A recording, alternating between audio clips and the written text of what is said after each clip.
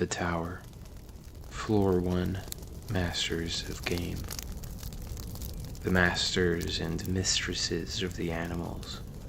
It might be said that the default religion of nature itself, the one practiced by both lamb and wolf, fish and tree, worm and bird, and certainly the oldest of human proto-religions, the masters of game. How to define this?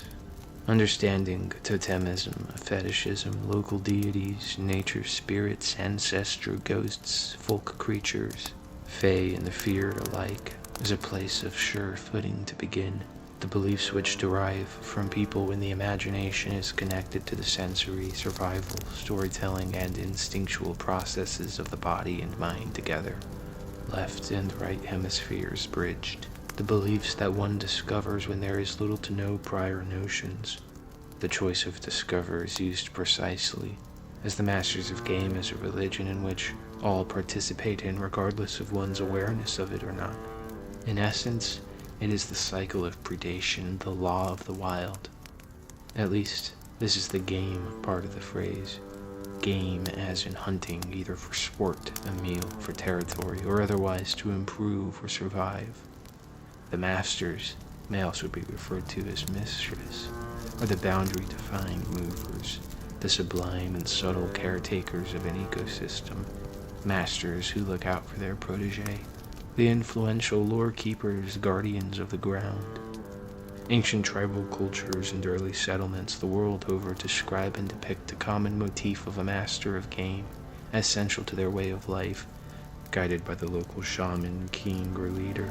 Only the most adept were given those roles for the exact reason stated, to understand and commune with the masters of game, to receive instructions and lore, to follow the outlines, and in some cases, to become a master of game themselves. The masters of game must be heeded, respected, the proper ceremony and precautions, the balances, the rules of the land followed, the game of predation sustained. One of the primary functions of the masters of game are to distribute the wildlife each season, set the populations of animals, the predators, the prey, the fish, the herbs, and the poisons, prepare weather events and develop the diseases, hide the bounties, and ready the misfortunes. Every land has its own particular rules and its own masters of game. Breaches of taboo might include overhunting, overplanting, undercultivating, leaving waste and disrupting sacred sites. Still, they could encompass the improper handling of food, the drinking of water from certain streams, the misuse of a slain animal, the abuse of livestock, the lack of discipline of a community, or the rigidness of too much discipline. Taboos can include stealing, murder, the hunting of a pregnant animal, or fishing in the wrong location or with the wrong bait, greediness, overconsumption, and more may breach against the masters of game that might enact punishment to the party in question. Withholding game animals, sending predators, devastating storms, disease and sickness, injury, misfortune, and general dysregulation of the land. A disconcert of energy, a feeling of heaviness, being watched, the guilt, betrayal, and overall degradation of relationships and dynamics within a group and that group's connection to the land. To return in favor of the masters of game, there is a wide range of potential ritual that might be needed, including offerings, libations, confessions, and atonement of the guilty party. Often the source of the breach of injunction must be identified. In other words, resolution must be found to restore the masters of game. Heeding the master's decrees each season, such as the regulation of an animal to be hunted, making use of all parts, proper cultivation and farming, care of livestock, comrades and community members will ensure favors kept and possible boons are received. The masters of game are the shufflers of the deck, dictators of the play, the cards that are drawn, the hand that is revealed. They are the imbalance and injunctions of life, that which keeps all in flux. Floor 2. The Red Queen. Now, here you see, it takes all the running you can do to keep in the same place. If you want to get somewhere else, you must run at least twice as fast as that. So declares the Red Queen in Through the Looking Glass. This quote became an inspiration for a principle of nature, which is the ever-changing cycle of predation. Any organism, mycelium, flower, insect, hyena, crow, human, must constantly update their weapons. The weapons of any particular organism is its body, the impact it has in a world around it, the instruments, organs, organelles, and tools of its design that it navigates through and with the land, its defenses and attacks, the perspective those might provide, and the unique combination of cause and effect it wields in its existence. The weapons are the way in which this game, the cycle of predation, is performed, how it solves, resolves, provokes, and initiates consequence, the induction and introduction of its place and impact upon the land. A human's weapons might include their tool use, sure enough, but also their sense of smell, their feet and hands, their skin and immune system, their nervous system and eyes, the teeth and kidneys, the blood and brain. Every system, every organ, every cell has its strength and weaknesses. The weapons which are strong against certain conditions but exposed to others. This is the Red Queen, the very core of life, commanded by she in the suit of hearts, that in order to stay afloat in this world one must adapt their weapons, change themselves when the old no longer works. It is easy to misconstrue the Red Queen as an eternal arms race that culminates in a finality of progressively further and further reaches. The truth is more like a simple XY graph in which one can be potent at certain areas of expertise, while ineffective at others, and these might change and develop over time. The Red Queen theory suggests a certain degree of conscientious decision-making on the part of every single organism. It is less like a pot that is stirred and everything settles into place based on density, but rather a multi-directional race in which the end point is where you can stake your claim and hold your hill. It also highlights the shortcomings of traditional evolutionary models such as natural selection and survival of the fittest. This is because evolution is not a linear process. It is a principle of change, of honing and swapping weapons based on the challenges. It is the learning of skills, the passing on of lore, the accruement of talents, the invocation of change, the alchemy of transforming what one gathers and faces in life into elements of influence and power. Lamarckism provides the best model for evolution, the passing on of traits and knowledge acquired in life from parent to offspring. Lamarckism holds space for the self-recognition and decision-making of individual persons and beings of nature. In this world is the ability to customize oneself. Should life and evolution be a preordained and automatic process, there would be consistent and symmetrical balance in all of nature. Mutations cannot account for the reflection that a camouflaged butterfly may display of an owl, nor the intentional rewiring and retrofitting that every nervous system is capable of should it be wounded, the will that one organism professes, the weapons it holds, and the art of its own design. The Red Queen is the choice that all of nature makes in order to fulfill the dreams that are dreamt. The competition, romance, intrigue, betrayal, gossip, rumors, subversion, subterfuge, war, alliances, trade. Thus, the masters of game dictate the new season's events as change is ever coming. The motion that exists flows in tides and waves. It is easy to see, such as the microbiome that changes season to season, the infections that seek novel ways to penetrate defenses of the immune system, and the immunity granted from success, and the anti-measures in place and the counter to the anti-measures that are developed, and so one must run twice as fast to get ahead. But the race has no singular finish line, only the place in this world you can carve for yourself through wit and skill, determination and cleverness. Floor 3. The gods are microbes. In reverse engineering the belief of humankind through the ages, the progression from the tribal shamanic animism of the masters of game to the more familiar fertility cult deities, the gods and goddesses of mythology in all their iterations and familial dramas. The gods are direct descendants of the masters of game concept of yore. Indeed, many of the most recognizable and oldest depictions and descriptions, their role in culture and in nature, of gods were of a game master.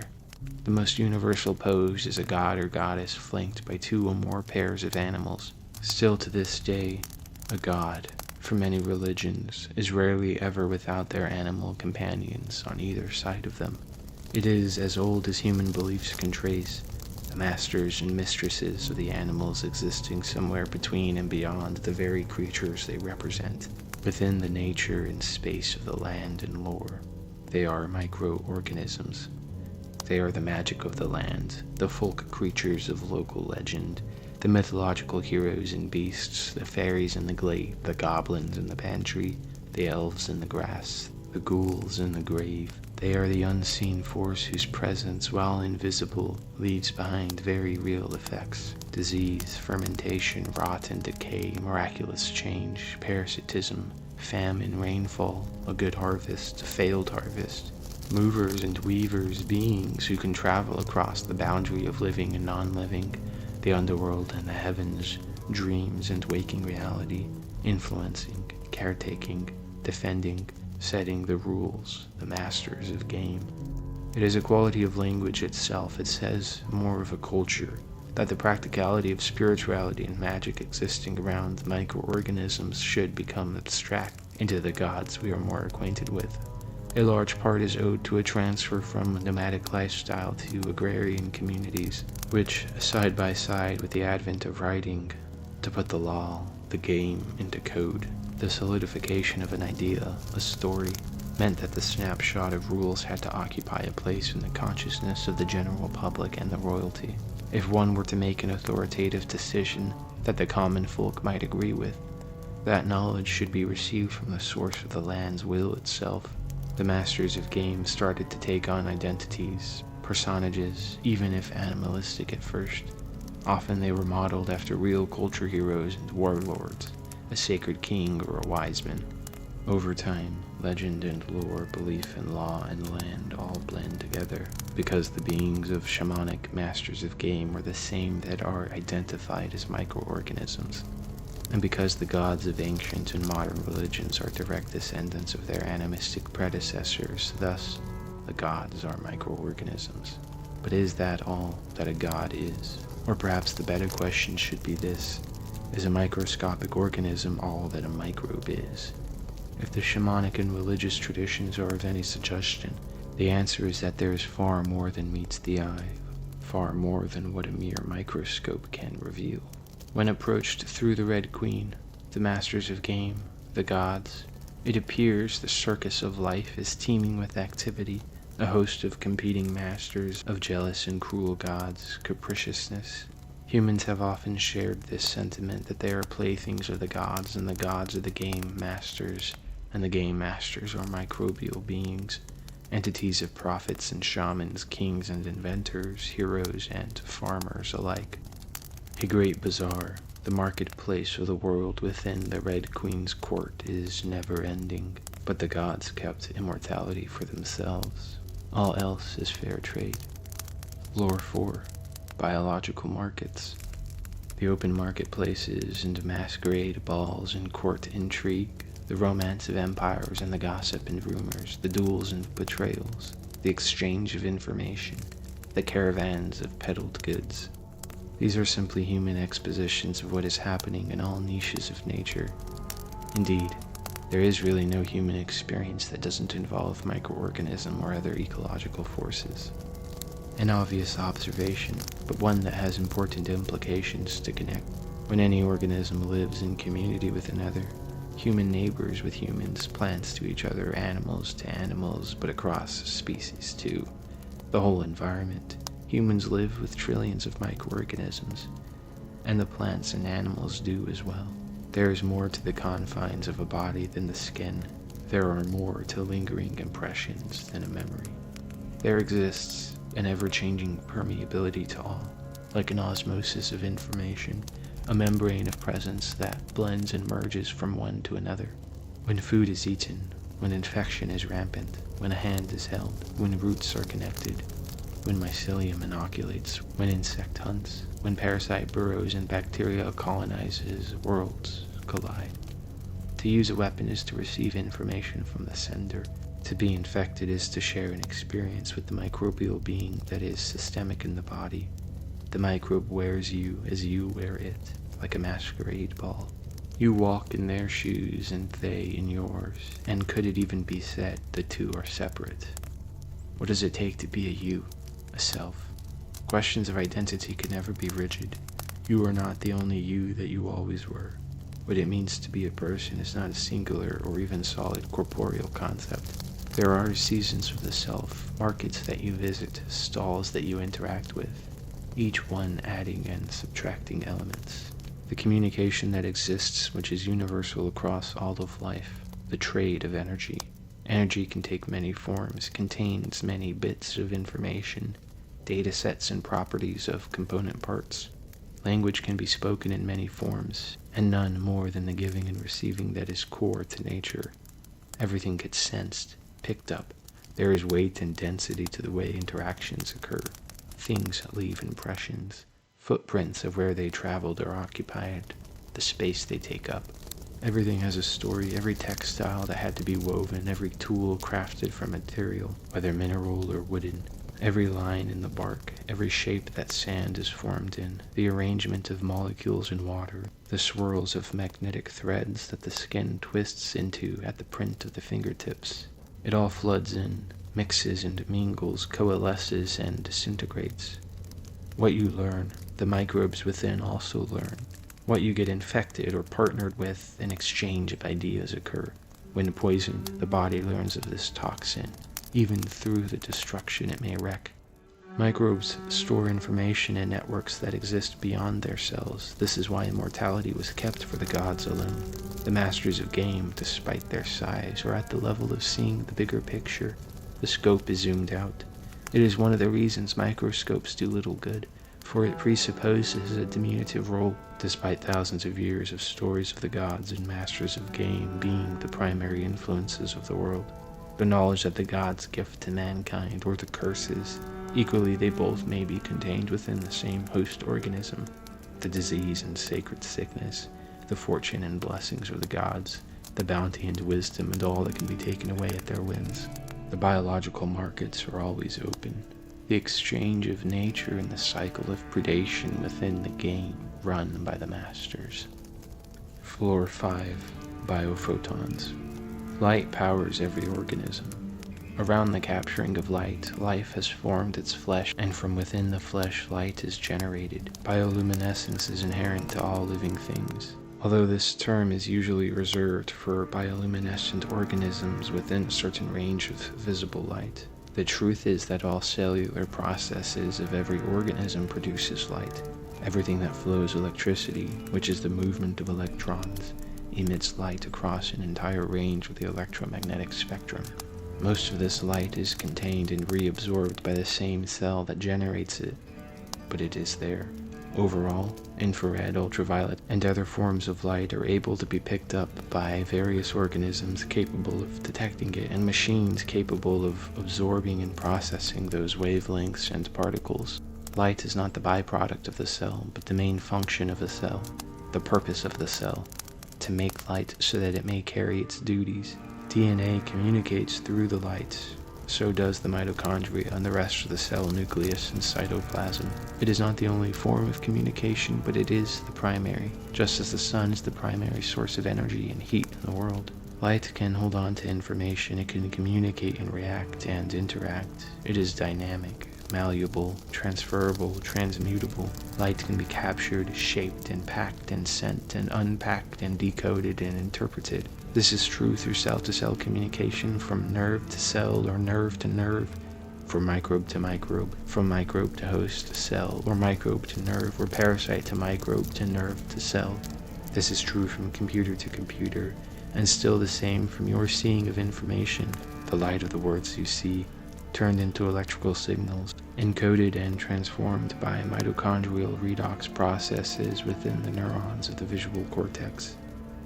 These form spike trains of biophoton firings that, much like the pixels of a television screen, display the encoded information back into a mesh of receptor cells that act as the visual perception, or imagery we call seeing. Light enters the retina.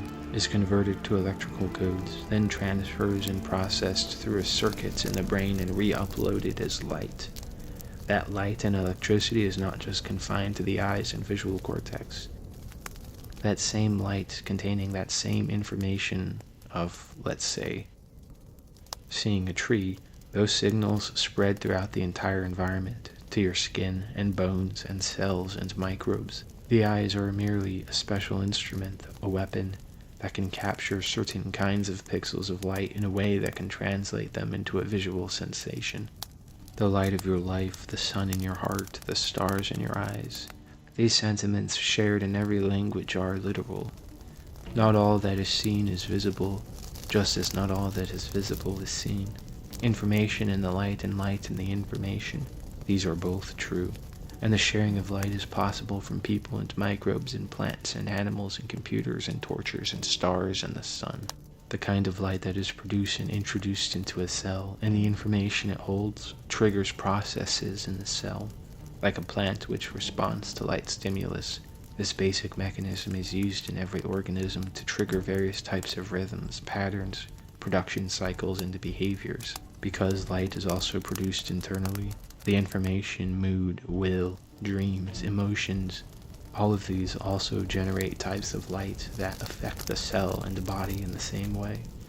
Biophotons can communicate by means of binary, of spike trains or flashes of on or off. These flashes are high speed and used in cell organelle communication and microscopic languages in microbial biofilms.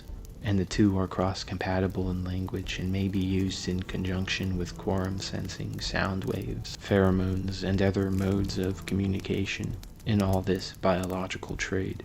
Light, then, the biophotons, light which is made through a biological being, is the main commodity. Floor 6. Holobiont. Any multicellular organism is constructed from an entire party of other single-celled and smaller multicelled organisms. They will contain networks and systems within that host body, comprising the host body. A holobiont refers to the totality of a biological being. Psychological and philosophical terms and concepts of self and identity are shed.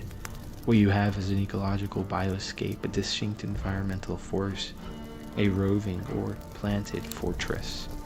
It includes the host and all its constituents, commensal partners, parasitic leeches, freeloaders, spies, guardians, mutualists, and everything else.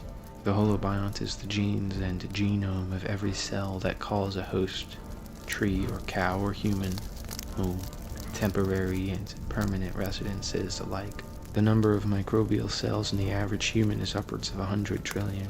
Although most are much smaller than the average cell of a human, they far outnumber the human cells, which is roughly 30 trillion.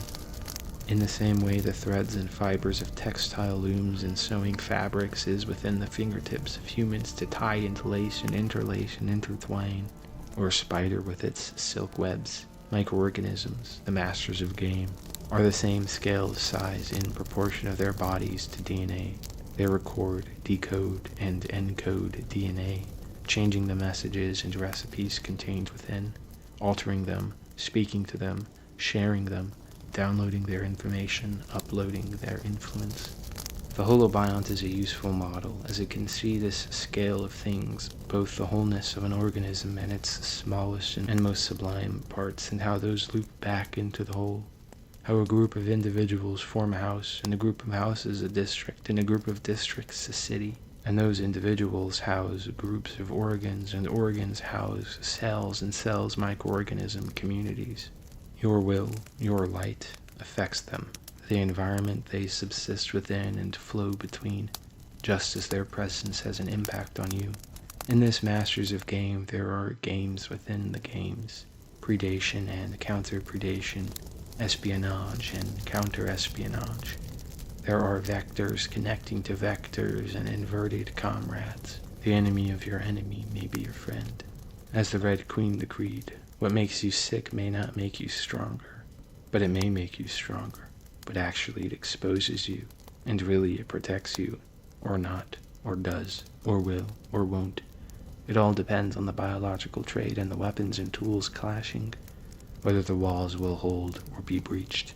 In the body are trenches and castles, forts and armored cities. Viruses are siege engines constructed by microorganisms to target specific keyholes of cell parts. The wars and battles that are waged are complex, as the scale is so fractally miniature, and yet the whole is impacted. Just like a siege between human armies, all the small acts of heroism, defiance, subterfuge, poisoning the well, breaching the gates, undermining the walls, holding the shield line, constructing onagers and battering rams, trebuchets and cannons. The Holobiont is a cosmos in and of itself, full of light and beasts and terrain and war and hope and dreams and pride and blood and bones and corpses and scavengers and fury and the masters of game. The Holobiont moves through space and interacts with objects and people, other Holobionts, and the exchange of trade continues passively and actively, consciously and subconsciously. Microscopics and macrophages, biophotonic and holographic, and all these things together are the Holobiont, and the boundaries are gradients, maps where there is no definition, no marker where one ends and the other begins, only a reflection point that suggests a change of place has occurred somewhere along the way. The arrows that turned bows into rain once upon a rainbow. Floor 7, Phenic System. The inner life, the imagination, the sensations and experiences that exist within the world of your individual self. The Phenic System is what runs dreams, allows for the feeling without being physically adjacent to produce, spawn sensations. The Phenic System is not any particular collection of body parts, but an aspect of every body part as it contributes to the overall experience of synesthesia, the implicit product of perception that arises from multiple organs and sensory stimuli. It is, perhaps in easiest terms, a word that might be thought as merging the idea of consciousness and synesthesia, but boils away the philosophical positions and biases of predetermined judgments on how a sense should be felt. To experience and produce feeling and stimulus, that is all. No need to worry about hierarchies of consciousness. Everything has an inner world which it can trade with the external world, from humans to tree to fish to microbes. The Phenic System is twofold: to gather sensory information from the outside world, feel it, mix it, internalize it, and to generate sensory information from the inside world, feel it, mix it, and externalize it. This does not mean every single sensory input is tied to the Phenic System. The Phenic System is more like the activity of willfully applying associations to outer experiences, or to build inner experiences, dreamscapes, and sensations. The more one cultivates an inner world that develops the Phenic System, the more enhanced and vivid the acuity of the imagination and sensory processing will be. For example, if one cannot imagine an apple in their mind's eye, the Phenic System is atrophied, unused. The more time one spends picturing an apple, which, as we know, the biophoton activity rebuilding or generating the light of the image, the more one can reconstruct this apple, the more defined it can be. This is but a mere starting point for the Phenic System. How does it feel to touch the juice dripping from it, the smell of it? What is the sound of the apple? What does the apple look from the inside out, torn to 1,000 shreds, made into a pie? The Phenic System can run animations of multisensory experiences, both simultaneous and merging senses, seeing sounds and watching smells and smelling touch and touching colors and hearing emotions. And there are more than 5 senses. While there may be a limited amount of sensory-based instruments, weapons in the body, there is in fact an endless array of senses that can exist. Like mixing colors of paint, they can infinitely be combined and changed. In the alchemical work, the torment of the metals referred to the melting, mixing, cooling, reheating, the solve et coagula. In the individual self, there is a torment of the senses. What happens is every piece of information is recorded as an electrical signal, called transduction, and then gets forwarded from there to various receptor nerves. There is no limit to where and how the electrical signals get processed and expressed into conscious attention, into synesthesia. Every cell has this ability, because it's how the cell communicates with itself and other cells. The Phenic System is to take the light that exists inside, both generated internally and gathered externally, and to build worlds, to dream, to memorize, to be creative, to project holographic images, to form your individual worlds as they interact and trade with the worlds of others. What you can imagine and how the imagination can be shared through the biological markets, or to craft the outside world through inner skill and the inner world through outside experience. There are Phosphenes in the world of light, Gustaphenes in the world of flavor, Somatophenes in the world of texture, Acuphenes in the world of music, Olfaphenes in the world of scent. Worlds can be shared and shaped, worlds collide and planets align. Concerts with invisible pianos in cinemas on blank walls, crowds of none and competitions of one. Inside is a nebula, a galaxy where worlds are formed and sent to orbit in space. Floor 8. Entoptic Vision. Considering that the nervous system is a series of complex and organic circuits that run electricity and produce light, it is relevant to understand that these circuits are indeed real, physical, as in, they are not just vague connections of something that works, but specific shapes, structures, and formations of nerves and other cell components. Entoptic vision is a sensory phenomena of being able to perceive and experience these circuits of the nervous system. It is seeing the nervous system and the microbiome, the architecture of the holobiont. Optic vision is to take light from an outside source. Entoptic vision is seeing light that stems from inside the self, namely the nervous system and the instrument of the eye. Now, as we've learned, the nervous system can transduce and trade information from all over its body, so that it is possible through entoptic vision that information, structures, and circuits from anywhere in the body can be fed into the visual perception, and visual perception itself can be mixed through any other sense via the Phenic system. Without obfuscating entoptic vision too much, think of it as simply turning the vision inwards, while keeping conscious wakefulness, and then coupling that with the knowledge that light is shining inside, and that electrical signals containing information can be sent to areas such as the eyes and seen as vision. When speaking of the shamanic beliefs relating to the masters of game and other prophetic, mystic, in all honesty, the entire range of spiritual and meditative experiences that have inspired and given rise to all religions of every culture, the purpose of psychedelic substances, of trance visions, fever dreams, they are all ways of having entoptic vision. Every culture would end up developing its own methods, techniques, and languages of symbol derived from seeing these structures. Here it was that information could be obtained, directly accessed, like going to the source code of a computer and checking it out manually to see what is going on. Entoptic vision can also see down to a micrometer, the size of cells and microbes.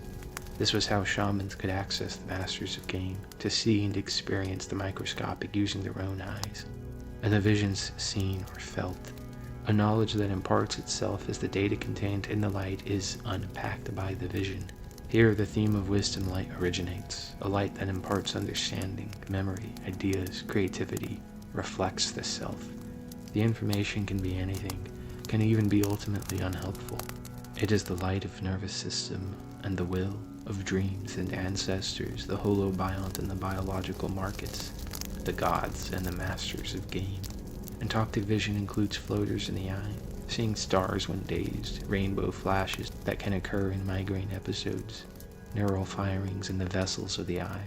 Entoptic vision includes the imprint or afterimage of light overloading the retina. Still, entoptic vision can be induced through mechanical pressure of the eyes, though too much pressure can damage the orb, but it is why rubbing eyes sends light. The pressure discharges neurons to fire. In fact, dreams themselves are aided by entoptic vision, as the eyes move left and right during REM sleep, rapid eye movement, which feeds light to help power the dream. Shaman masks would be designed to have a pinhole, which focuses outside light in such a way that can cast shadows on the eye, inducing entoptic sight, added to which they can explore further through mastery of their nervous system's light, trance and drums and movements and breathing and substances. What is called altered states of consciousness are really referring to a single type, entoptic vision. This is true for near-death experiences, psychedelic journeys, mystic visions, prophetic trances, ecstatic experiences, fever dreams, psychosis, biological markets accessed, information traded. Floor 9. Daemons. Daemons have two general definitions. an ancient Greek class of spiritual beings that are personifications of various qualities of the natural world, often abstract concepts that were involved in everyday affairs, the human condition, tragedy, and divinity. Daemons could include strife, victory, love, death, fear, retaliation, justice, sleep, health, rage, safety, old age, the house, good luck. They often act as intermediaries between the gods and humans, and many are the children of gods, like Thanatos, Nike, Eros, Hypnos, although sources and interpretations may vary. Daemons are essentially gods or lesser spirit beings that ran elements in the background, not to be confused with the later word demon, which was a specific kind of malevolent spirit. A daemon can be good or bad. Really, it depends on context. The other use of daemon is in computer technology, which is a background application that runs without any need for direct user interaction. It likely borrows from the Greek concept, beings in the background of elements and nature. Daemon here will continue this consistency of usage to assign an embodiment to entoptic architecture, the very layout of the nervous system itself. A daemon is a distinct neurological circuit, something that handles a process like an application in the background or subconscious. It might be easiest to conceptualize if you take ideas such as math brain, work brain, weekend mode, getting into the zone. It is the toggling of compartmentalization on and off. But since adjunct regions of the brain are able to self-reflect, adding recursive feedback to that specific circuit, thus aiding in it as a discriminate operating territory of the mind, recognizing that you can have a study mode immediately provides control in helping to turn it off or on as needed.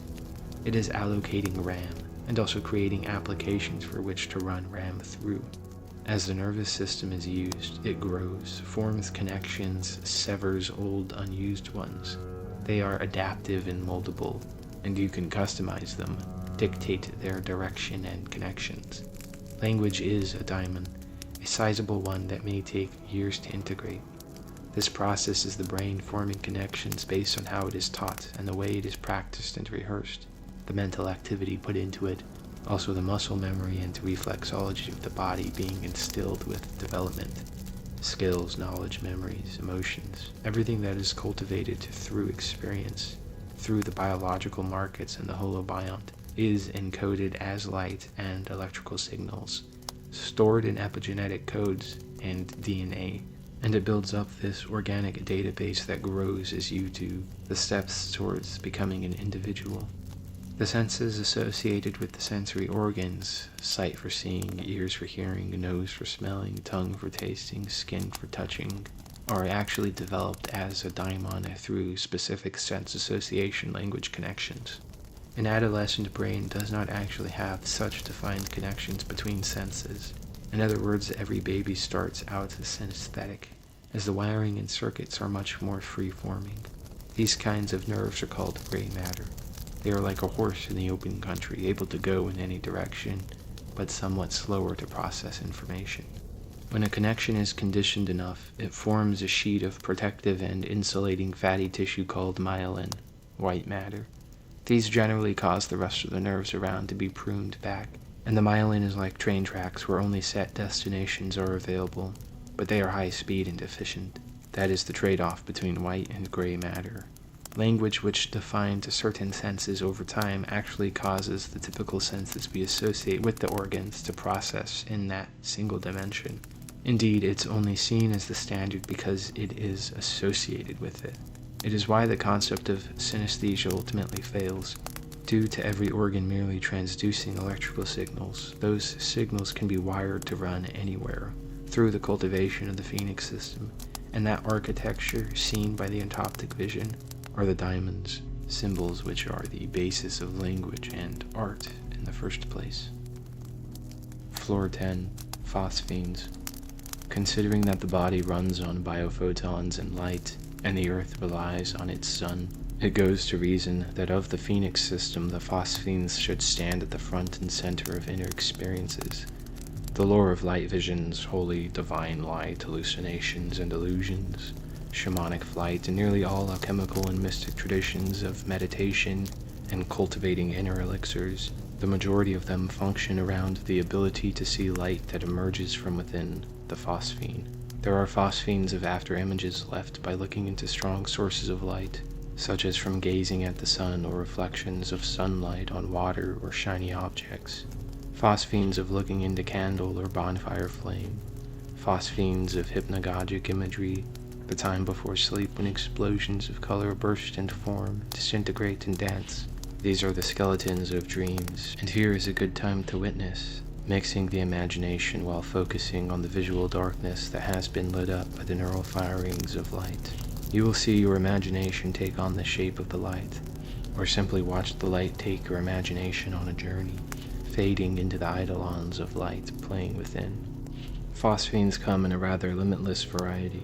Entoptic images and phosphenes are nearly interchangeable terms, as most entoptic images require an inner production of light to illuminate the structure being seen, and likewise to see an internal light is looking within the nervous system, making it an entoptic image. The entoptic images and phosphenes include spirals, exploding lights, glimmering stars, fireworks, dots and spots and clouds, wheels, waves, line, irregular and geometric shapes alike, checkered, zigzags, tunnels, webs, honeycombs, crosses, and all of these may revolve, superimpose over one another, swirl, break apart, parallax, pulse, morph, fragment. Indeed, any terms used in art or cinematography can apply as descriptions for the possible effects of entoptic images and phosphenes. Considering that anything imaginable is possible to think of, any thought is possible to see the very nerve pattern that generates the thought. Still, there are specific phosphenes that have been recorded and relevant to history, cultures, and religions, including some of the most recognizable iconography over tens of thousands of years. Found through Paleolithic and Neolithic rock art, spirals, labyrinths, flowers of life, cruciforms, crosshatches, circles, serpent forms, letters and proto-letters, oracle symbols, and divination languages. Phosphenes have played an integral role in the formation, propagation, and reconfirmation of religions all over the world, from the earliest shamans, who were required as a prerequisite to be able to manifest these kinds of lights, and whose primary goal as a shamanic healer, working with the masters of game, was to see inside the nervous system for answers, learning how to navigate and construct. All the world's religions features mystic visions as their most sacred experience and their deepest mystery practices, regardless of the chosen method to reach the altered state of entoptic images. The particular meaning, interpretation, and relevance may vary from culture to culture, from tradition of symbols passed down in writing, but which exist and emerge from the nervous system's daemons. And then when the image is obtained, drawn out and etched into sand or stone, carved into wood and woven into fabric, the view of the symbol then gets encoded as a separate and new place. The result is a feedback loop, which is inherent to the function of the nervous system in the first place. One daemon in particular occurs every time someone goes to sleep. Triggering at the end of non-REM stage 2 is a sleep spindle, or burst of electrical activity coming from the thalamus that initiates the sequence for sleep, such as deactivating conscious awareness and muscle control. However, this can actually be overridden through the right technique of focus on the visual darkness of the eyelids, in which the sleep spindles will rebound into the visual cortex and seen, a series of tunneling green rings.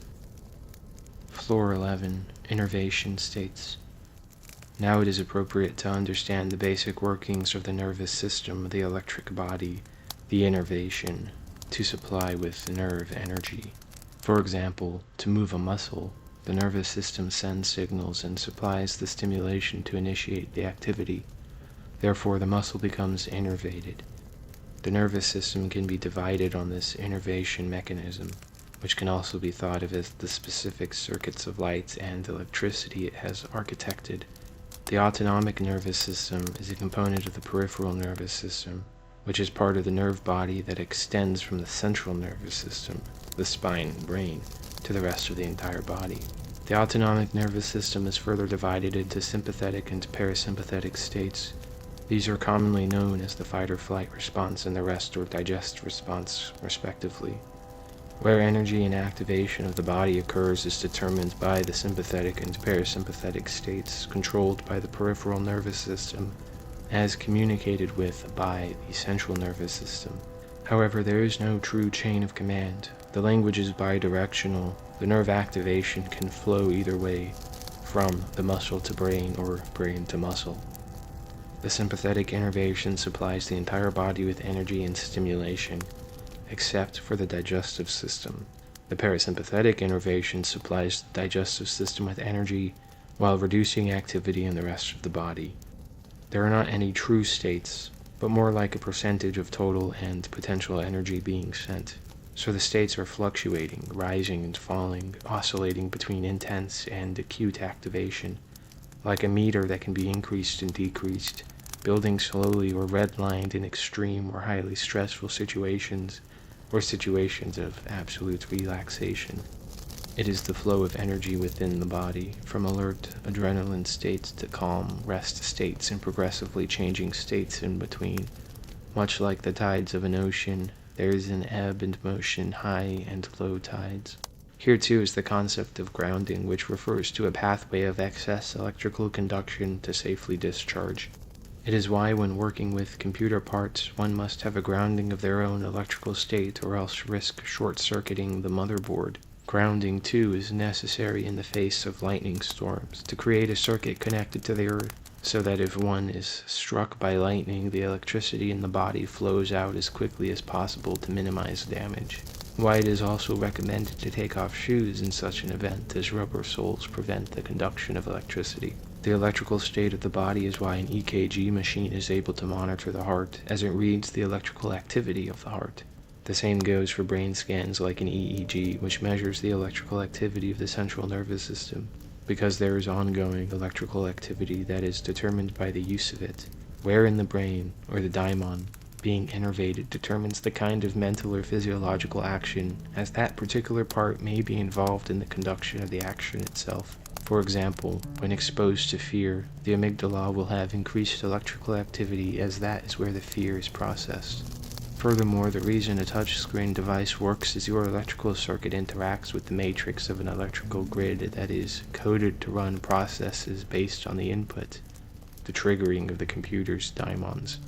When energy states are high through the sympathetic activation, the fight or flight, stress and aggression, fear and freeze type of responses, electricity is rampant in the body, which can cause a lot of burnout and damage to the cells. Thus, the importance of bringing down the energy and letting it flow out through grounding is actually important. Although there may be many traditions of meditation and shamanic trance that specifically involve the building up of electricity in order to induce light visions, effectively glitching the nervous system, overwhelming it with stimulus, pain, sleep deprivation, adrenaline, short-circuiting the body and brain to access new perspectives or information. Mysticism itself can be summarized as conscious experiences of intense and complex electrical anomalies. Floor 12. Circuitry and Systems. The references to computer technology within the inner workings of an individual is not to say organic life is merely a machine, but that both computers and biological organisms are constructed around the movement of energy contained within, its transcoding and processing, and uploads, downloads, daemons, and the total circuit of the Holobiont. It speaks to an even broader theme at play, one in which the world and the whole universe is a series of circuits and systems interwoven within each other. If all change in time and form is defined by the movement and transfer of energy, as if every molecule is an atomic temple with a cloud of electrical spheres deciding its shape and functionality. But not to get too abstract to the point of redundancy, it is worth understanding these webs of circuits and networks of innervation, from the nervous system to the ecosystem, to the river systems and computer system, to the city system and political system, to an ant system and a cave system, a solar system and a volcano system, legal system, a microbial system, and a constellation system, a system of predation, a game and its masters, systems within systems, games within games. As all of these systems can exist as distinct networks of energy in the same instance they support, comprise, and feed into one another. Just as the daemons or the nervous system are defined by their recognition of discriminatory influence and subjectivity, the system networks of the world, whether man-made or observed natural elements, are further structured by their interaction, like a trail system being further impressed into the forest through continual use. But a trail system can be arbitrarily made through any route imaginable, even if natural processes suggest an ease of energy flow, like deer paths and rabbit paths, root paths, and water runoff. This applies to gravitational systems, planetary orbit systems, weather systems, even the systems of bureaucracy that exist in human communities, that the repetition and familiarity further clarify a way in which energy may be transduced. A stream that carves its path flows quicker. It is the same principle that give neurons a difference between gray and white matter, high-speed circuits or free movement but slower pathways.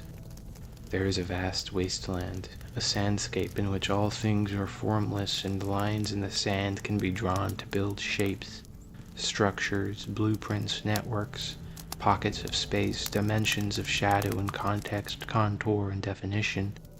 Everything with a charge of electricity generates a field of electromagnetism, including a car, a cell, a person, a tree, a storm, the planet, the sun, a phone. These circuits connect and form. They are an ego, a distinct circuit. Even if circuits are always in some way connected to a myriad of other circuits, there is a point of ingress, an entrance or a procession of reaching a certain point in space, a threshold or boundary. The places of ingress are the territory of being. Much like a constellation in the night sky could be made of any relative group of stars in an infinite amount of combinations. But when a pattern is formed, either intentional or through incidents, the circuit is recognized. A causality is established. That point A and C and L and F make connections, even if they all connect to every other connection. Causality is the circuits that are recognized based on their network of connections. Similar to learning a new word, or being involved in a new hobby, or in other words, familiarizing yourself with a pattern of some sort, and then seeing that pattern elsewhere. Suddenly it pops up everywhere because it has now entered your orbit, which means there is a gravitational or attractive force which will continue to see it enter your sphere of circuitry. If all operates through energy, innervation, all of the same forces that apply to one body of energy can affect other circuits, organic or not.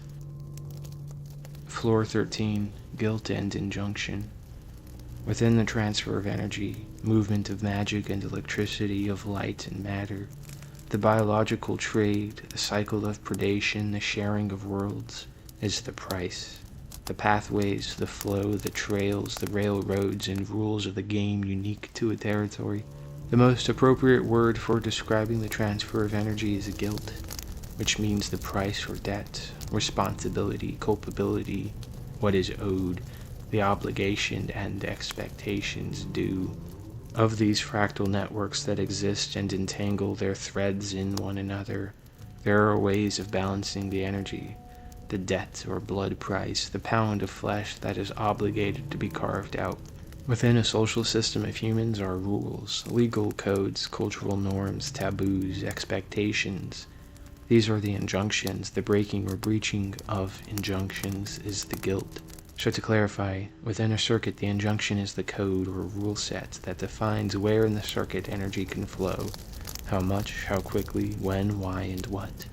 Guilt is the effect of breaking and following the injunctions, the price that must be paid to restore the circuit's pre-established pathway. Cultures have crafted natural laws. Murder is an example of an injunction. The punishment or guilt may vary, but one that will be brought with justice, which is to restore the injunction after the guilt is alleviated. In religions, this may be a sin, in which penance can be physical, spiritual, or in some way internalized or externalized as having restored order. In Egypt, the Ma'at was the main source of injunctions, the harmony and balance of heaven and earth. To break it would invoke the response of the gods and countrymen alike until the debt is paid.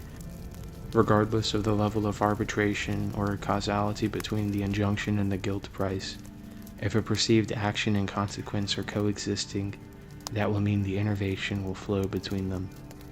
The belief in the injunction is as potent as the belief that the guilt is paid. If a city dictates a law, no one is to steal. But let us actually use a more abstract law. No one is allowed to sit under the tree on Fridays while eating a loaf of bread. Perhaps the tree is sacred, a local deity, or simply revered for its presence. And however the injunction came about, the culture has created it to be a source of guilt or energy change.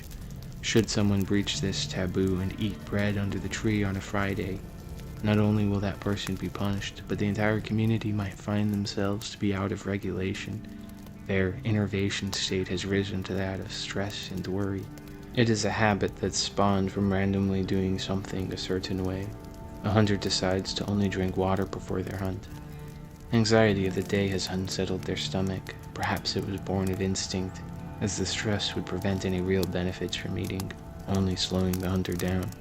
But the hunt proves successful, and now the hunter has this habit of not eating on days of their hunt. And this continues until it is a routine, a pattern or circuit of doing something a certain way. It becomes ritualized. Perhaps the hunter tells their comrades or children. Perhaps the hunter is the most successful one in the land, and so his way of doing things is told and imitated. It forms a sort of religion, a superstition, and the circuit itself is now a daemon. It's a background process that is personified through a self-recognized setup. The spirit of the idea is what it's about, and that may remain simply that, or it may become abstract, adding to the total effect of it, but also the reliance.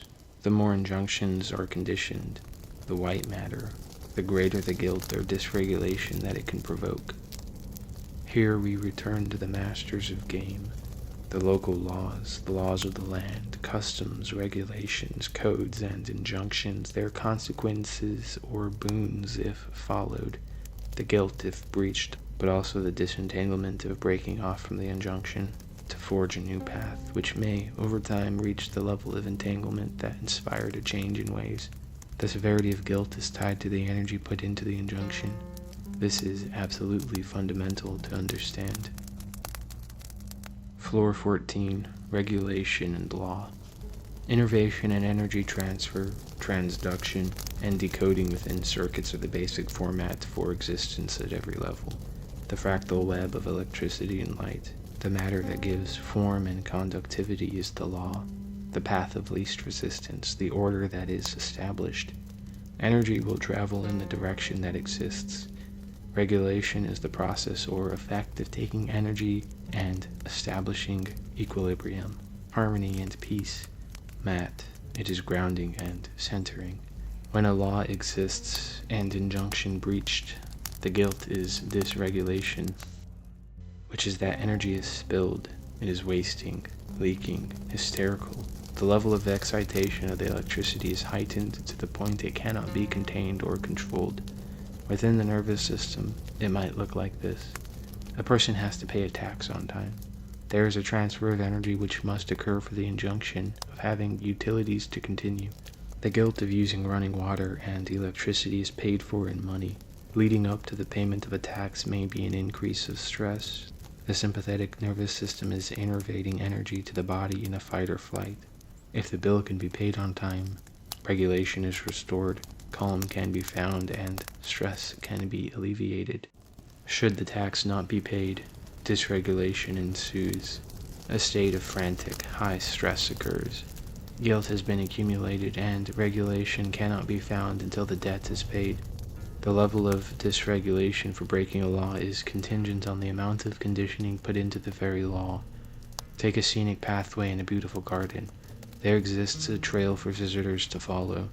This trail is so established that it would be a breach in injunction to step out of the trail, and there could be a fine, or merely a social ostracization. Either way, the result is the same: guilt and dysregulation, disturbance, disharmony, imbalance, disruption. These terms could all be applied in place of dysregulation. The ultimate point is to convey an unease of energy flow, an inability to ground and transfer electricity outside the body, like a computer whose RAM is overworked, the system overheating and overloaded. Another example may be that someone has to steal food. Society has a law against stealing, a legal, moral, and perhaps spiritual law. These are ingrained into everyone as part of the local law of the land and expectations, the social contract. Even if the person is justified in stealing, perhaps the business stole opportunities from the hungry person. Perhaps they are profiting off of forced labor or corrupt practices, don't pay employees the guilt they are owed. Whatever the reason, for this example, let us say the person is justified to steal. Even in this scenario, society will likely point to the person as a thief and name them the guilty party. The law protects the business, but not the stealing. The business has worked around the flow of energy, the guilt and injunction, to reach its own regulation. One system has been gamed, but there are systems within systems and games within games. Perhaps the business owners are hoarding wealth through their practices. But what is money? Money is guilt.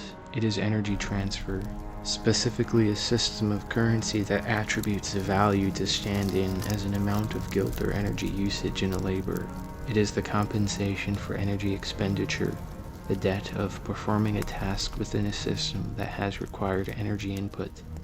Money is extremely abstract and approaches the territory of mysticism and the supernatural, because it is not just energy. It is the hallucinated value that energy is worth within an arbitrary system of injunctions and guilt. It is a system of debt payment that was made to be hierarchical in order to ensure laws condition dysregulation among those lower on the totem pole. There is no right or wrong way to do something, only that which is formed and conditioned within the cycle of predation to be effective or useful, until it isn't. If a group dictates you cannot steal and condition this daemon into the nervous systems of a population, while they are free to steal, they amass energy, light trapped as guilt. Floor 15, Archeus, Forge of the Gods. The masters of game are microbes, agents of change, influence, mediators, disease, luck and fortune, predator and guardian. These masters are the basis of the gods. Then what shapes the gods? As has been recorded since the beginning, it is the heavens which influence the gods, the blueprint and architecture for which microscopic life operates. In alchemy, Archeus is the forge master of the universe and reality, the laws and rules that life is bound to, ever-changing as they may be. It is the architect of archetypes, the largest system of energy that all others in the fractal are networked within. The sun and moon and planets and comets and nebulae and galaxies and stars. The patterns, the networks, the daemons of these stars act as initiators of the microbial life, the inputs that a circuit requires to be powered. Microbes are builders, the weavers of DNA, the designers of bodies and immunity and adaptations and evolution. They emulate the plans of the stars above, using information contained within the light, the Phosphenes of the celestial, to stack parts together. Of the amino acids, nucleotides, carbohydrates, and lipids, who themselves are combinations of carbon, hydrogen, nitrogen, oxygen, phosphorus, and sulfur, and the glycans, or chains of sugar molecules which can be combined and attached to any of the essential building blocks, of which there are billions of combinations named glyconjugates. In other words, they are complex attachments, tools, the weapons and component parts of a cell or microbe that are rigged together with the base molecules of proteins, lipids, nucleic acid, and so on. Again, the similarity of building a motherboard full of microchips and circuits is an apt metaphor. Only the masters of game, and indeed the biological body itself, does so on a scale vastly more complex and intricate than even a computer, at least of anything that has been built. For not only is the biological life able to grow, make decisions, reproduce, adapt, form new connections, it is actually anti-entropic. It can produce more energy than it took to exist. The universe is not in a state of diminishing returns, not one of entropy and heat death. Light absorbed from the stars and sun is not confined to a limited and timed bomb of decay. That light powers a system which can make its own light. The Archeus is merely the forge master, the blacksmith that takes raw elements and refines them into something new, more effective than its starting resource, the ore. If all the world is adapted around the effects of electromagnetism, then that is one blueprint which biology and microorganism constructs itself around. The architecture of the systems on a grander scale, the behaviors of the universe, interactions of elements, the properties of light, of energy, these are the Archeus, that which has forged those conditions, but those conditions are not static, merely on such scales that it is nearly inexorable, like the ocean and the wind is to a boat. You may be captain of a ship, but exist under the starry sky of a forged universe much bigger than you. And though there may be times when even the winds can be commanded and the ocean tides changed through your effort alone, the matter remains in the hands of the gods ultimately. And yet no archetype, whether a person, a daemon, a behavior of the universe, an element, a game, exists without its participants. There is no light in the body without a body to contain and produce it. There is no archetype without a society of people, no microbe without a planet to be master of. It is the diversity and the Red Queen, the choices and trade, the creation and colliding of worlds that allow to exist through the energy and light, regulation and dreams, and the daemons and archetypes which give ornamentation and utility to the web, entoptic images and symbols. But the web had to be forged first, a blacksmith, a spider, the weaver of orbs. Floor 16, Shade. If the body in the universe runs on light, then shade will be cast, outer space. When you think a thought, when you go on a walk, light will shine inside you, and shade will be left in your wake. Like a cabinet in a room, space is created when dimensions define a circuit. Space is space, whether it is outside the planet or inside the planet. It is all outer space. The shade of a tree, the shade of memory, the shade of autumn, the shade of wounds, the shade of presence. Everything leaves its shade behind in every interaction. In fact, all that can be captured and traded and destroyed is shade and light. Shade is the shadow, the hidden counterpart to all that light exists as and through and from. When your picture is taken, it is your shade that is seen. When a sketch is drawn, it is the shade that creates the image. When your voice is recorded, or your words told to another, your presence in some place, these are interactions with your shade. There is no true you, only the light and shade, the contour of these projections and impressions that merge and meld and collide the rest of the world in this grid of networks within networks. Your shade is your occupation of reality, the weight you have on the world, the gravity you bend, the entanglements you wrap and are wrapped by. It is the footprints you make, the path you define or trace. The shade is the space you create, the cabinet in the room, the snow globe or marble with its inner world. The shade is you, the part of you that is everything your light has cast onto. Fame, notoriety, influence, favor, rumors, images, symbols, ideas, labor, all the things considered abstract, and all the physical changes you have input, the tendrils of shade under the light of your existence. This total, real or imagined, is you, the Holobiont, that which extends beyond and within your body. It's your reach, your reputation, your contribution of energy and light in the web of existence, in the threads of fate that bind and entangle all who've wagered a gambit in the Red Queen's game. Space is the element of void in the traditional 5 elemental divisions: water, fire, wind, earth, and void. Void is also the same as heaven and underworld and shadow and spirit and magic. It is the primordial darkness which allows the fulfillment of potential. It is the part of you that isn't part of you, that imparts into others. The shade wanders off, easy to be lost and stolen.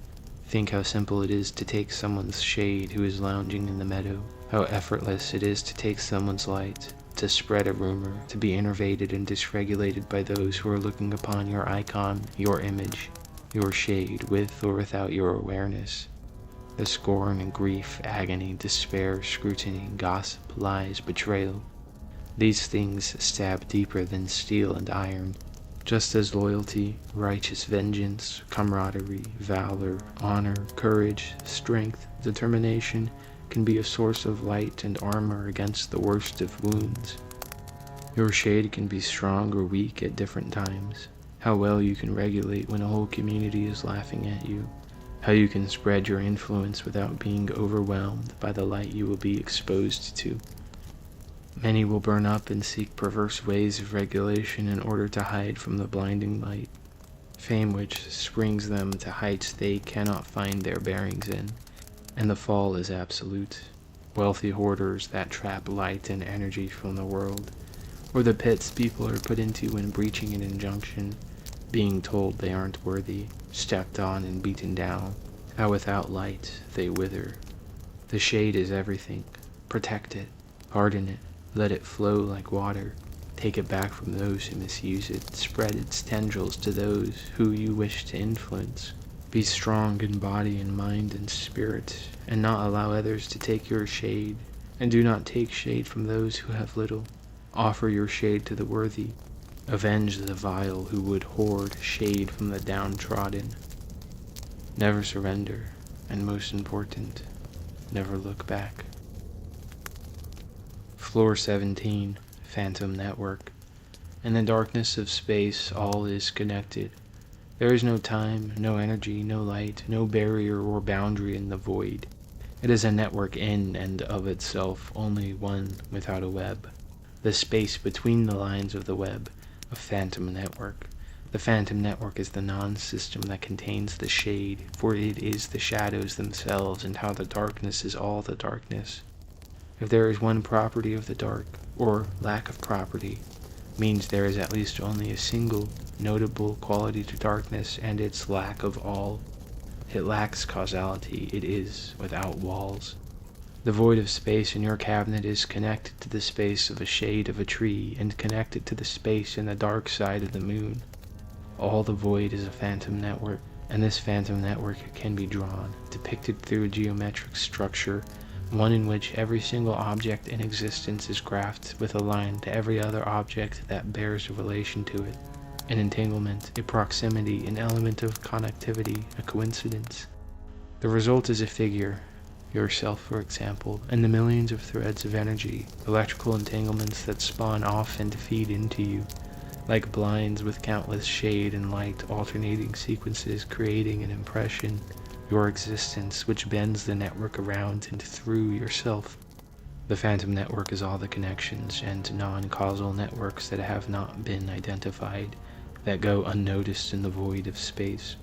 The phantom network is the majority of anomaly and phenomena that occur in the universe, since it is the identification of all that is lost and unaccounted for, like someone's keys that get misplaced, disappeared into the abyss until re-emerged elsewhere or back in their original location. But the phantom network is changing constantly, as the light revolves, as a log is flipped over, as a new page is turned, a cabinet is opened, the day gives way to night, and the light reveals the hidden change of the dark. It is the animate of the unseen and invisible. Like toys when no one is around, they dance in secret, then lay still once attention is given to them. Like a sword in the stone that is only lifted by one who does not think. Like a fly caught in the web, the more it struggles against its entanglement, the more trapped it finds itself.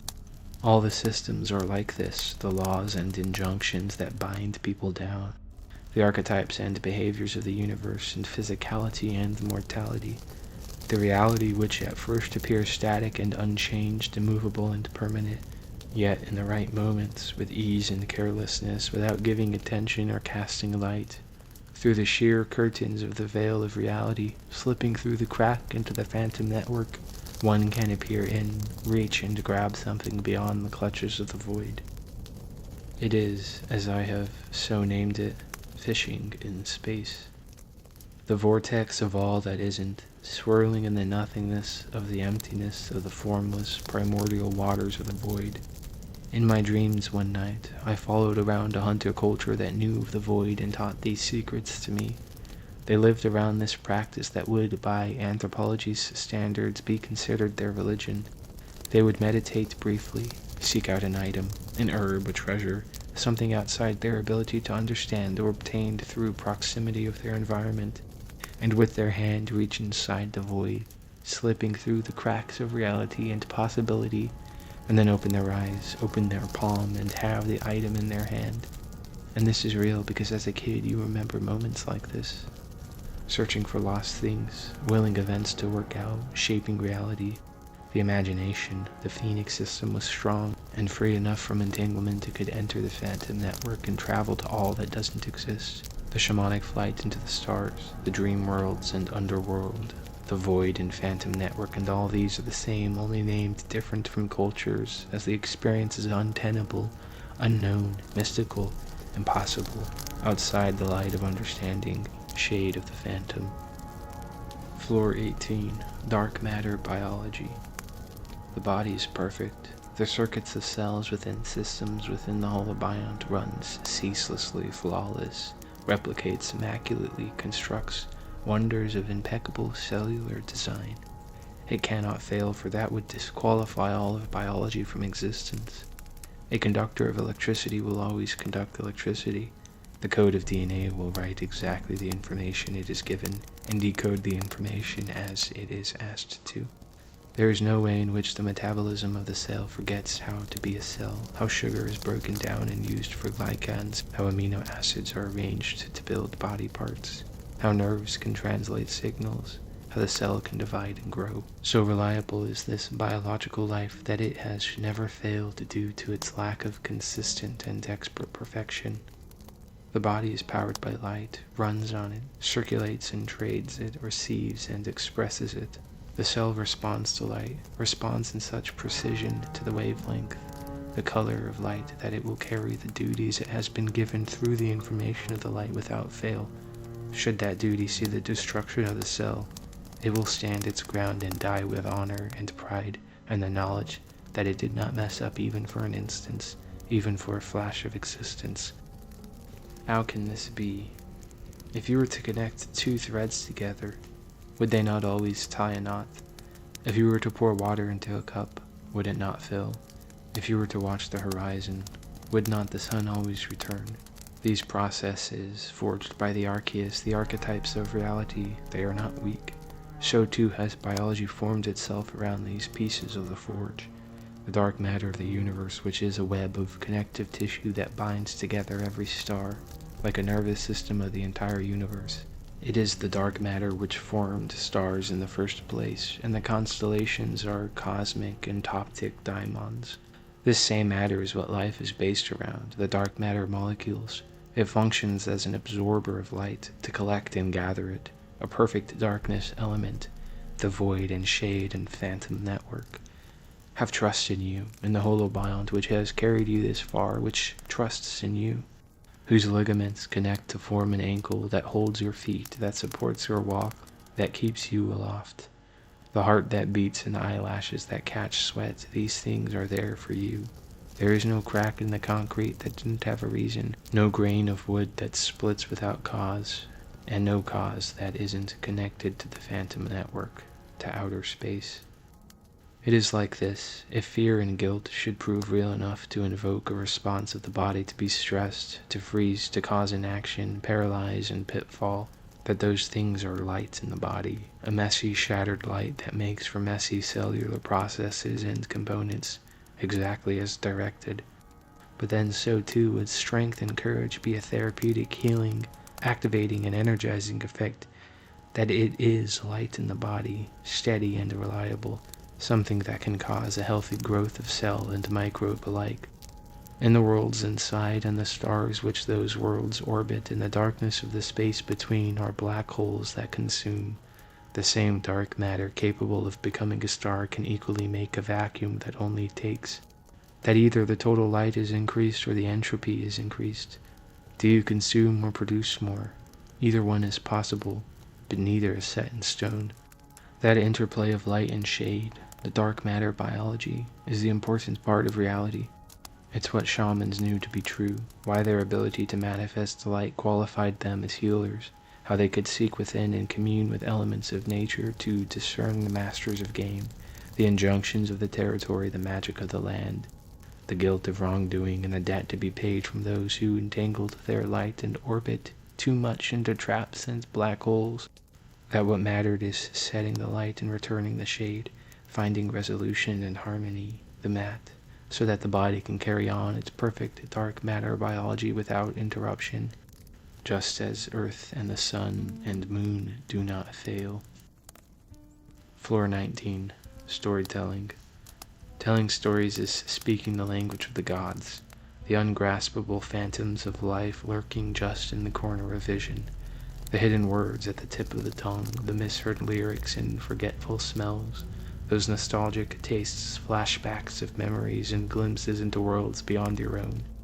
A story is the translation of all that cannot be put into form, the things outside perception, the microbes and the webs, the light and the guilt, the territory and the landscape, the texture and the senses, the dimensions and weight and gravity of events. The storytelling tradition that existed before writing could carry information indefinitely, hundreds of thousands of years if needed.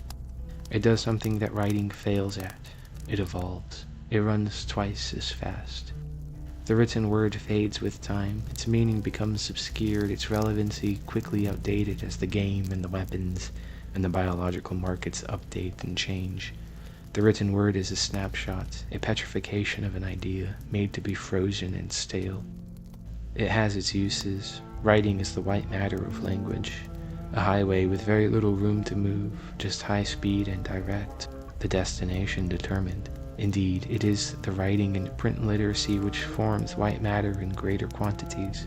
The logic, definition-based system, a language daemon. It creates a circuit of sensory and processing that encodes the senses to be purely static. By the age of 8, the synesthesia is largely solidified in order for writing and reading to be cultivated. It's linear, but efficient. The storytelling tradition would be the gray matter, full of sensory experience, immersion into the story, expression of poetic and musical rhythms that craft and trade these worlds. The words are felt rather than defined. The story changes with every iteration of its telling across generations, shaping to the land and the lore, the microbes and the masters of game. To sit around the campfire swapping stories, ones that are passed down, stories that are made up to entertain, stories of harrowing adventures, close calls and close encounters, trading humor and experiences and senses and dreams and hopes and tragedies. Stories are not limited by the words that construct them. They are the expression of all that has been internalized through yourself. They are what you trade with the world. They encompass the entirety of the seen and unseen, the known and unknown. They are truly the only way to understand the nature of existence and all its web of interactions. It is play, the imagination, to animate the clay, the innervation of reality, to draw symbols in the sand, the enchantment of the mundane and the grounding of the divine. In the same way, the microscope takes the story from the microbe and puts it into a petri dish, arriving to conclusions that they are restricted, minuscule, the lowest of the low, and yet is not an image built from every pixel, a body every cell, a story every word, a tower every stone. Together these pieces fit and make something more than their individual parts ever could.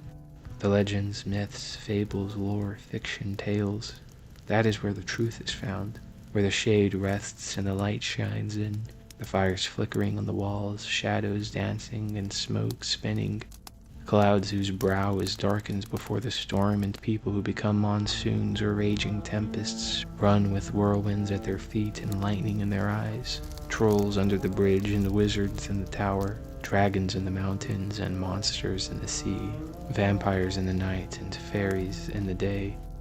There is a great song in the big dream, and the echoes locate and reverberate, and the dreamers go where others dare not, past the end of the rainbow, beyond the illusions. There is nothing in this world you can think of that doesn't exist. Life is but a dream, and the dream of a game. Play it like that. There are gods that are microbes, and stories told that can change your nervous system. They are all real. Every story is light, the same light that powers, runs, and is generated by the flesh and dark matter. Floor 20. Tower of Babel. In your life you may find yourself traveling to new territory, or you might be settled in one spot and seek to lay foundations. Wherever it is you go, you will leave behind footprints. You will take the resources and ore and elements around you and stack them one after the next and architect the tower. The accumulation of your work, your being, your light and shade and impact and information. And this tower fashioned from hands and blood and bone and sweat is what you will leave behind. Though you may wish for it to reach the heavens, it is not meant for you. A tower you build is a prison to yourself. It will topple down when built too high, with you in it. The tower is a landmark in the territory, for others to find rest and inspiration, a guiding lighthouse, a beacon. The heights you can reach on your tower is the purpose, merely to get a lay of the land, a view of the horizon. At some point the peak of a tower is the same as every other tower. The clouds obscure in emptiness. The ground below is out of sight. But humans cannot fly, and the tower comes crumbling down. You find a wasteland and set up camp. You build a tower, look out over the top, find the next wasteland, and you build another tower. You move on from the tower, launch off it, leaving it behind. You will still carry all that you learned, wisdom and experience gained, but you cannot bring the tower with you. It will be more useful to the future, when others are waylaid and forlorn, when a tower can lift them up. One day a city might even be built in its place, the land cultivated and flourishing, the magic restored. But you won't be there for that, and neither should your decayed skeleton haunt its rooms. Build the tower, and let the mystery of its architect be a source of speculation and wonder. Your shade, forever imbued in the shadow of its monument. There is always a new frontier to explore, towers to build up, information to discover, dreams to see, stories to tell. A tower is a place to spring from, like stepping stones across a river. You can take the information and invention, the creation of those before you, and leap off from it. The tower is there to be used, even if brick by brick the generations go by and the tower is flattened. Build for the enjoyment of architecture, the challenge of building up, because the work will change the territory, give it form and a new story. Because others in the future will see it, and maybe those sites will inspire its design, spark creativity. But if you hold on to it and stay attached to your own creations, they will consume you in the rubble of their collapsed foundations. From the top, a dragon rests, and the sought-after Philosopher's Stone is an orb which has been given by the dragon to rest at the peak, the miracle dark matter that shines as its own sun, initiating all possibility of creation and destruction. That is what the tower is built for. To go beyond that spells an inevitable loss, a consumption of the dark matter that did not blaze, but became a black hole. It is best to share and trade through the biological markets, to produce more than was taken, to tell a story. Esoteric architecture occupies itself in reality, a tower built without sound of hammer, axe, or tool of iron, doors without handles, and rooms full of outer space. The Tower of Babel that expresses the mind within, well made, a macrocosm of microscopic infrastructure. The tower is what, from the imagination, can be engineered to change the landscape of the world.